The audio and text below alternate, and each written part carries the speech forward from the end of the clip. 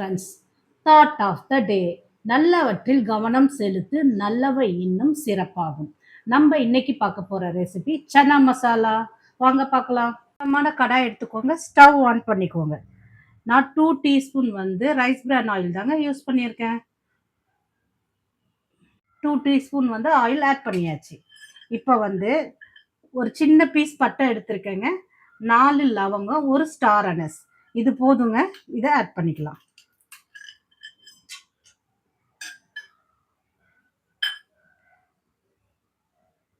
பொரிஞ்சிட்டு இருக்குதுங்க. இதோட கொஞ்சம் ஒரு 1/4 டீஸ்பூன் பெருஞ்சீரகம் ஆட் பண்ணியாச்சுங்க.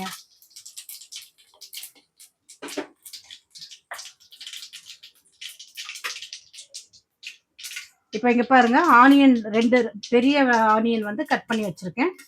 அதை ஆட் பண்ணிக்கலாம்.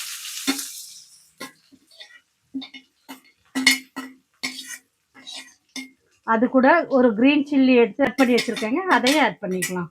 உங்களுக்கு கிரீன் சில்லி கொஞ்சம் காரம் பிடிக்கும்னா இன்னும் கூட 2 ஆட் பண்ணிக்கோங்க. நான் 2 ஆட் பண்ணியிருக்கேன். இதோட ஒன்று தக்காளியோட சேர்த்து அரைச்சி வச்சிருக்கேங்க. இப்போ இதை நல்லா மிக்ஸ் பண்ணி விட்டுக்கலாம். ஸ்டவ் இந்த ஸ்டேஜில் கொஞ்சம் ஹைல வச்சுக்கலாங்க. வெங்காயம் நல்லா வதங்கணும்.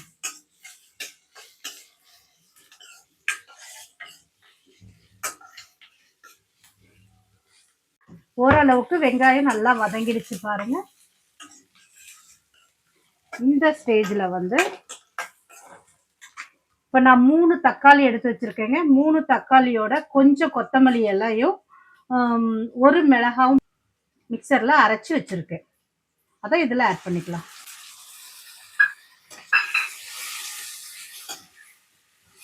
ரொம்ப நைஸாலாம் அரைக்க வேண்டாங்க, ஜஸ்ட் மிக்சியில் ஒரு 2 மினிட்ஸ் அரைச்சி எடுத்தால் போதும். வதங்கிட்டு இருக்குங்க. இந்த ஸ்டேஜ் நான் 1 டீஸ்பூன் சால்ட்டு, ராக் சால்ட்டு தான் எடுத்து வச்சிருக்கேன். அதை ஆட் பண்ணிட்டேன். ஏன்னா வெங்காயம் தக்காளி கொஞ்சம் சீக்கிரம் வதங்கும், அதனால. ஸ்டவ்வை நல்லா ஹைல வச்சுக்கலாம்.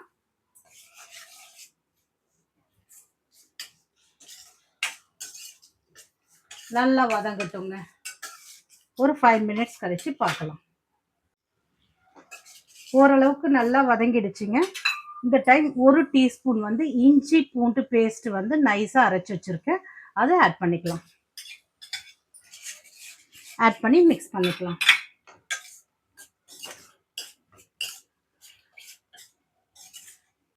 கொஞ்ச நேரம் மிக்ஸ் பண்ணதுக்கு அப்புறம் மசாலா ஆட் பண்ணாங்க. நான் கரம் மசாலா 1/2 டீஸ்பூன் எடுத்து வச்சிருக்கேன். Chilli powder 1/2 teaspoon, coriander powder 1/2 teaspoon. இது எல்லாத்தையும் இதில் ஆட் பண்ணிக்கலாம். சப்போஸ் நான் இது காரம் மீடியமா இருக்கும். உங்களுக்கு கொஞ்சம் காரசாரமா வேணும்னா கொஞ்சம் சில்லி பவுடர் கூட அதிகம் யூஸ் பண்ணிக்கோங்க. உங்க காரத்துக்கு ஏற்ற மாதிரி யூஸ் பண்ணிக்கோங்க. நாங்க ரொம்ப நிறைய காரம் சேர்க்க மாட்டேன், அதனால மீடியமா இருக்கும். நல்லா மிக்ஸ் பண்ணி விட்டுக்கோங்க. மிக்ஸ் பண்ணதுக்கு அப்புறம் நான் இன்னைக்கு 200 கிராம் காபூலி சனாங்க, ஒயிட் கலர்ல இருக்கும்ல, காபூலி சனா எடுத்து நான் 8 ஹவர்ஸ் நல்லா சோக் பண்ணி அதை பாயில் பண்ணி வச்சிருக்கேன். ஒரு 5-6 விசில் ஒரு 5 மினிட்ஸ் சிம்ல வச்சு நல்லா பாயில் பண்ணி வச்சிருக்கேன் பாருங்க. பாயில் பண்ணி இப்படி எடுத்து வச்சிருக்கேன் பாருங்க. பாருங்க, நல்லா நைஸாவே ஆயிடுச்சு. எடுத்து வச்சிருக்கேன். இப்போ இந்த ஸ்டேஜ்ல இதை ஆட் பண்ணிக்கலாம். இந்த மசாலா எல்லாம் நல்லா வெந்துருச்சுங்க. இந்த ஸ்டேஜில் ஆட் பண்ணிக்கலாம்.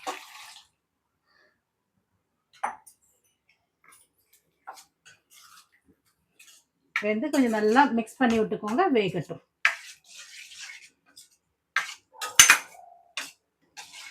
இப்போ கொதி வர வரைக்கும் வெயிட் பண்ணலாம்.